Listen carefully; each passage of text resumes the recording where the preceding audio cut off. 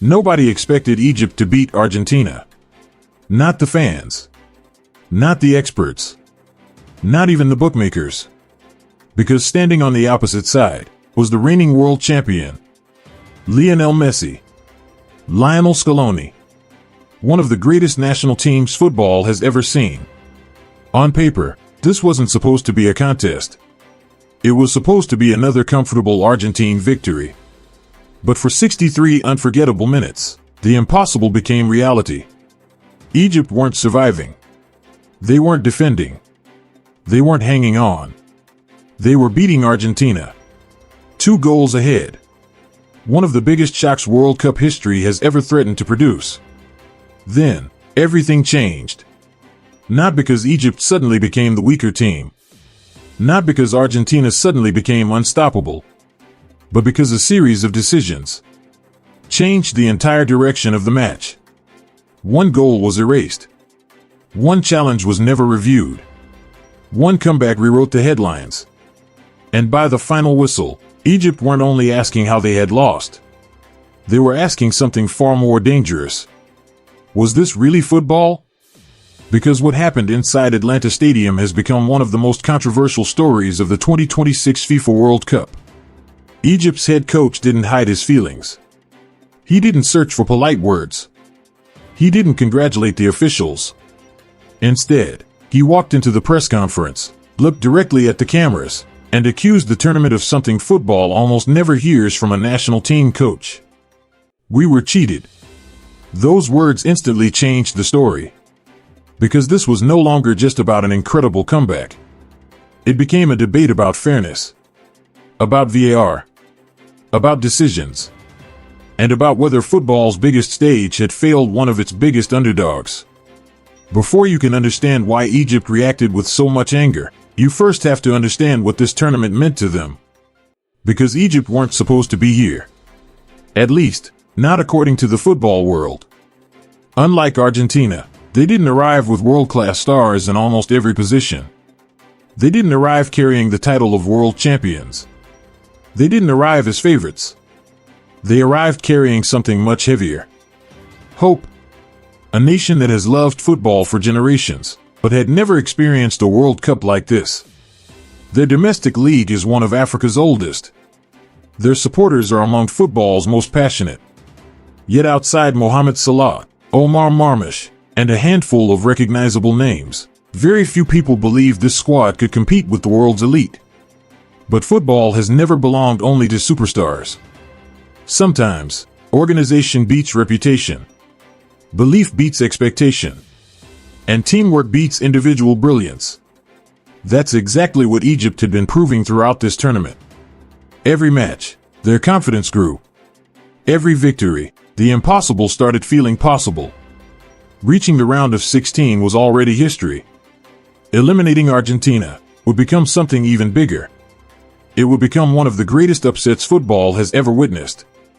And then, the match began. Nobody expected Egypt to attack. Nobody expected them to dominate moments of the game. Nobody expected Argentina to look uncomfortable. But within minutes, Atlanta Stadium was watching something almost impossible to believe. The first warning arrived almost immediately. Argentina looked confident. Comfortable. As if the game would eventually follow the script everyone had written before kickoff. Egypt had other plans. Just 15 minutes into the match, Yasser Ibrahim attacked the cross with absolute conviction. One powerful header. Emiliano Martinez had no chance.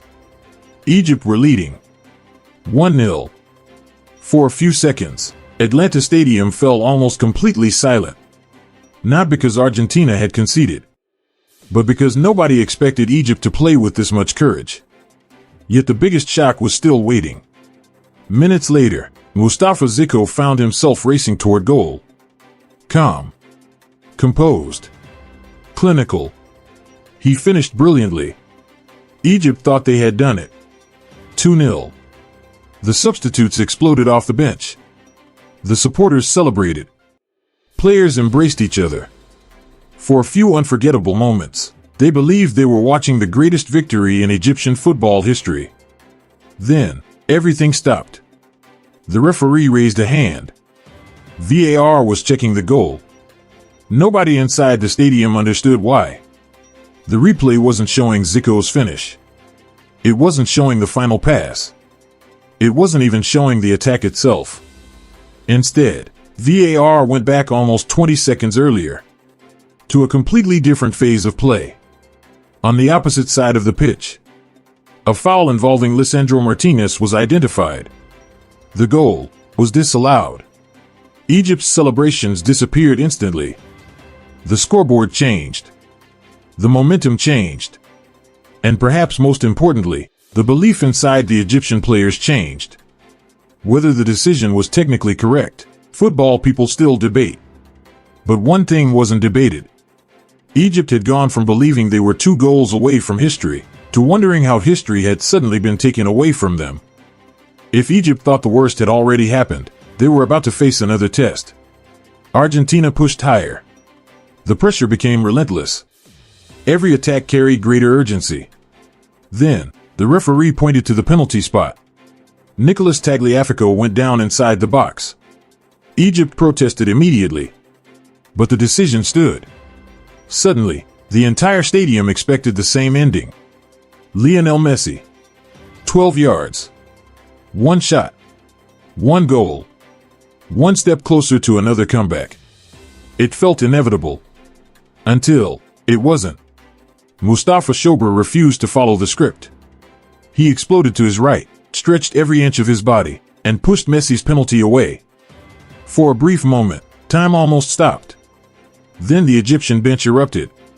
Players sprinted toward their goalkeeper. Supporters celebrated as if they had already qualified. Saving a penalty from Lionel Messi, on the biggest stage in football, is the kind of moment players remember for the rest of their lives. Egypt were still alive. Still leading. Still dreaming. But football has a cruel habit. Sometimes, surviving the biggest moment only delays an even bigger one. Because that penalty save didn't break Argentina. It woke them up. The tempo changed. The intensity changed. Every Argentine attack became faster. Every Egyptian clearance became more desperate. You could almost feel the momentum shifting. Long before the scoreboard changed. Then, Messi found the breakthrough. 1 finish. 2-1. The noise inside Atlanta exploded. Egypt were no longer controlling the match. They were trying to survive it. Argentina believed again. The pressure became unbearable. Every minute felt heavier than the last. Every Egyptian player was running on instinct. Then, with the match slipping away, Enzo Fernández arrived. 1 perfectly timed run. 1 clinical finish. And 1 comeback that looked destined to become another famous chapter in Argentina's World Cup history. Or so everyone thought. Because hidden inside the build-up to that winning goal was another moment that Egypt would never accept. At first, Argentina's winning goal looked like the perfect comeback. The kind of goal champions always seem to find. Quick passing. Intelligent movement. Clinical finishing. Enzo Fernández finished brilliantly. Argentina celebrated. The stadium exploded. And millions watching around the world believed the story was over. Egypt had fought bravely. Argentina had survived. Football had produced another unforgettable comeback. But Egypt weren't looking at Enzo's finish. They were looking at everything that happened just seconds before it. As Argentina built the attack, Alexis Mac Allister appeared to grab Hamdi Fathi's shirt. The contact was visible. The tug was clear enough that Egyptian players immediately reacted. Hamdi Fathi couldn't challenge the ball the way he intended. From Egypt's point of view, that wasn't a minor detail. It was the moment that decided their World Cup. Everyone waited. Surely VAR would review it. The stadium screens remained silent. Seconds passed. Then the referee pointed toward the center circle. The goal stood. Argentina were through. Egypt were out. And that single decision instantly became the biggest talking point of the entire match. Moments later, Husam Hassan walked into the press conference. Nobody knew exactly what he was about to say. But everyone could see it on his face. This wasn't disappointment. It was anger. Real anger. He didn't congratulate Argentina. He didn't praise Messi. He didn't begin by talking about tactics. Instead, he questioned the officiating. Publicly. Forcefully. According to Hassan, his team had not received the fairness they deserved. He argued that one crucial incident had been reviewed, while another equally important one had not. In his view, those decisions changed the match. Then came the words that immediately spread across football media around the world. We have been cheated. Whether people agreed with him or not, one thing became impossible to ignore. This was no longer just a football match. It had become one of the biggest refereeing controversies of the tournament. Husam Hassan wasn't the only man who left Atlanta believing something had gone terribly wrong. His players felt exactly the same. And none of them spoke more openly than Mustafa Zico, the man whose disallowed goal had changed everything. For him, the match hadn't simply slipped away. It had been taken away. Speaking after the final whistle, Zico didn't hide behind careful language. He spoke with the emotion of a player who believed history had been within reach. According to him, Egypt were leading comfortably. Then, little by little, the momentum completely changed. Decisions went against them. Confidence disappeared. The match felt different. He believed the turning point wasn't Argentina's quality alone, but the sequence of officiating decisions that followed. Whether people agree with that conclusion is another question entirely. Because football has always lived in the space between emotion and evidence. Argentina's comeback required extraordinary quality. Messi's leadership was undeniable. Enzo Fernández still had to finish brilliantly. None of those moments happened by accident. At the same time, the two incidents Egypt continued to point toward refused to disappear. The disallowed second goal and the challenge involving Hamdi Fathi before Argentina's winner. Those moments quickly became the center of football's biggest debate. Were they simply difficult refereeing decisions made under enormous pressure? Or were they mistakes that ultimately changed the destiny of an entire World Cup campaign? That's the question millions of Egyptian supporters continued asking long after the final whistle. And despite countless debates, nobody could give an answer that satisfied everyone. But Husam Hassan believed the controversy didn't end with the referee. According to him, it had started long before kickoff. His next criticism wasn't about VAR. It was about the schedule itself. Egypt and Argentina had been asked to play one of the biggest matches of the tournament, under the midday summer sun in Atlanta. Hassan couldn't understand it. In his opinion, elite football shouldn't be played in those conditions. He questioned how players were expected to perform at their highest level under extreme heat. Whether that scheduling affected the result, nobody can truly measure. But for Hassan, it became another piece of a much bigger frustration. Yet despite everything, Egypt left this World Cup with something no decision could erase: respect. Before this tournament, very few people believed Egypt belonged among football's elite. By the time they left, the entire football world had been forced to notice them. They reached the round of 16 for the first time in their history. They pushed the reigning world champions to the absolute limit. They came within minutes of producing one of the greatest World Cup upsets ever seen. And perhaps the clearest proof of that wasn't found on Egypt's faces. It was found on Argentina's. After the final whistle, several Argentine players collapsed to the ground. Lionel Messi among them. They weren't celebrating like a team that had cruised into the quarterfinals. They looked exhausted, relieved, emotionally drained. Because champions know something that scoreboards can never fully explain. Sometimes, surviving feels exactly like winning. Argentina survived. Egypt went home. That's what the final score will always say. History will remember Argentina as the team that completed another incredible comeback. It will remember Messi's leadership, Enzo Fernández's winning goal, and another step toward defending the greatest prize in football. But history has another habit.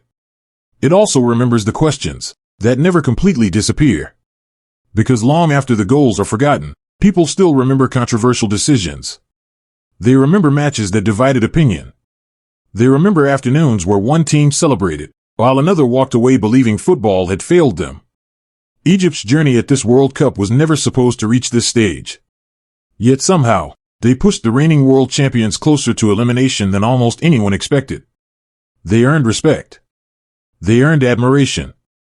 And whether you agree with Husam Hassan or not, one thing is impossible to deny. Egypt forced the football world to have a conversation. A conversation about consistency. About VAR. About transparency. And about whether football's biggest moments are always decided the way they should be. Because technology was introduced for one reason. Not to eliminate debate. That will never happen. But to reduce obvious mistakes. And increase confidence in the game's biggest decisions. Whether that happened in Atlanta will remain a matter of opinion. Some believe the officials got it right. Others believe Egypt were denied one of the greatest victories in their history. That's the beauty, and sometimes the cruelty, of football. Every match eventually ends. But some questions refuse to. And perhaps, that's why this game will be remembered for far more than Argentina's comeback. It will be remembered because millions of people finished watching it, asking exactly the same question. Did football get this one right? The answer depends on who you ask.